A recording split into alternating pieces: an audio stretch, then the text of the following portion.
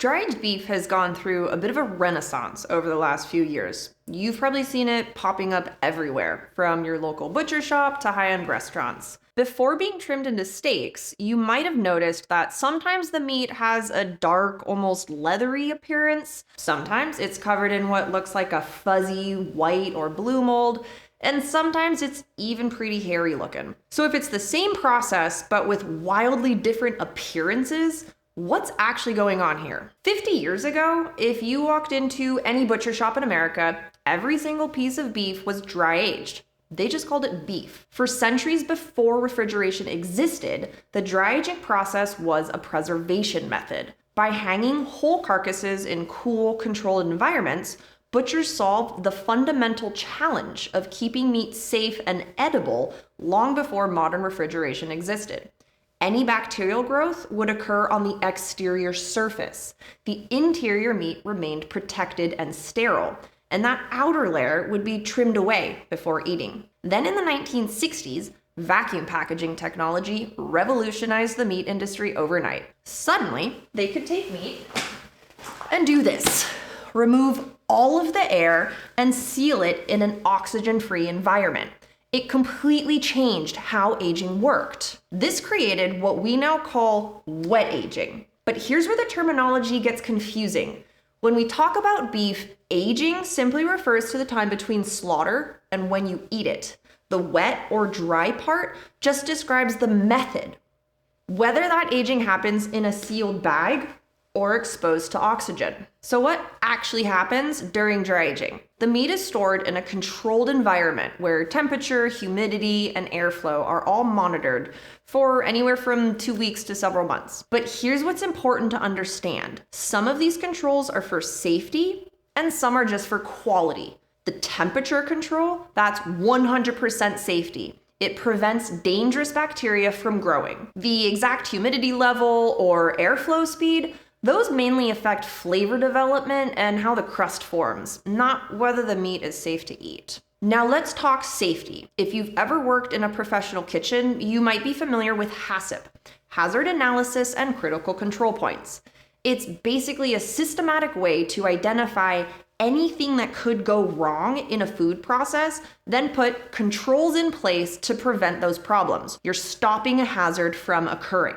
When working with raw intact beef, meaning we're not grinding it, we're cutting it into steaks, roasts, etc., your potential hazards are pathogenic bacteria. And that word pathogenic is a very important distinction. When we say bacteria, that doesn't automatically mean dangerous. Bacteria is everywhere. Most are harmless and many are actually beneficial.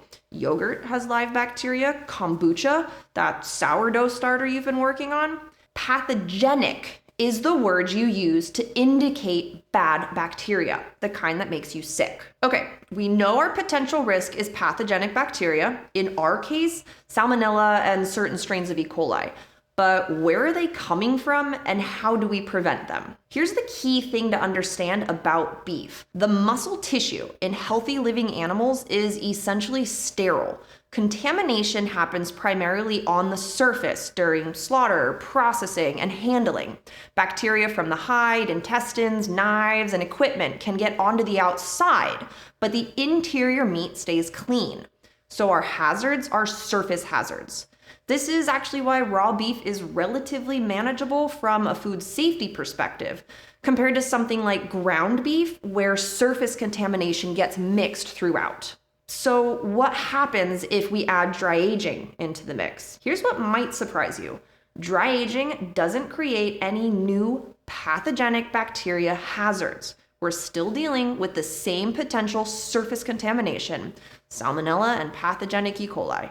And the temperature controls that we have in place for non-dry aged beef work just the same. And this is where the science gets really interesting, because multiple studies show that these pathogenic bacteria will actually decrease during the dry aging process. The controlled temperature, the dehydration, the pH changes, competition from other microorganisms all work together to reduce pathogen levels, not increase them, which is pretty freaking cool. Now let's address the elephant in the room. There's no way you can tell me that mold that looks this gnarly is not a food safety issue. And yes, I get it. To someone unfamiliar with the process, it looks pretty gross. So let's break it down. First, not all molds are dangerous. Just like with bacteria, there are beneficial molds and harmful ones. The molds that you see on dry-aged beef are typically species from families like Penicillium or Mucoracea. These are the same types of molds used traditionally in cheese making, fermented soy products, and a lot of other foods. Now, most of that moldy, crusty exterior gets trimmed off, partly for appearance and texture, but mainly because the flavor on that exterior surface is incredibly intense and concentrated, too strong to be enjoyable. But the mold itself, as long as you've kept your temperature controls in place, it's not harmful. So then what makes a mold dangerous versus safe? The real concern with molds isn't the mold itself, it's mycotoxins. Mycotoxins are toxic compounds that certain molds can produce under specific condition. Think of them as chemical byproducts. The mold itself might be harmless, but if the conditions are right, it can start producing these toxic substances that are definitely not something you want to consume. The key word here, though, is conditions. Molds don't just automatically produce mycotoxins. They need the right temperature, humidity, and time to start making these compounds. And here's where the science gets really interesting for dry aging. The controlled conditions used in proper dry aging will prevent mycotoxin production. Here's an interesting distinction for anyone in the food industry who might be building a HACCP plan that includes dry aging. Mycotoxins are chemical hazards, not biological hazards like E. coli, salmonella, or listeria. Pathogenic bacteria are living organisms that can multiply and cause sickness, while mycotoxins are toxic molecules that don't reproduce but can poison you if consumed. So, mold or no mold? I always like to say I think there's two schools of thought when it comes to dry aging. Those who are pro-mold and those who think there shouldn't be any visible microbial growth during the dry aging process. And honestly, it's personal preference. One isn't better than the other, they will just produce two different tasting products. The pro-mold camp loves that funky, earthy complexity you get when beneficial molds are allowed to flourish on the surface. The meat's own enzymes are already tenderizing it by breaking down muscle fibers and connective tissue, but the mold enzymes work differently. They're breaking down proteins into different amino acids and peptides that create new flavor compounds. So you're getting both the natural tenderization from the meat's enzymes plus additional flavor development from the mold's enzymes working on different proteins. That distinctive, nutty, mushroom-like flavor people will associate with dry-aged beef, that's coming from the mold. So where does all of this mold come from, and why do some pieces look so different? There's actually a really cool study that surveyed microbial communities across commercial dry aging facilities, and the answer is your environment. The research found that each aging facility produces meat with completely different microbial communities. The specific conditions in each facility, from temperature fluctuations to humidity levels and airflow patterns, create unique microbial fingerprints. The mold spores are already present in the air of these aging environments, and which ones take hold and how they develop depend on facility-specific conditions.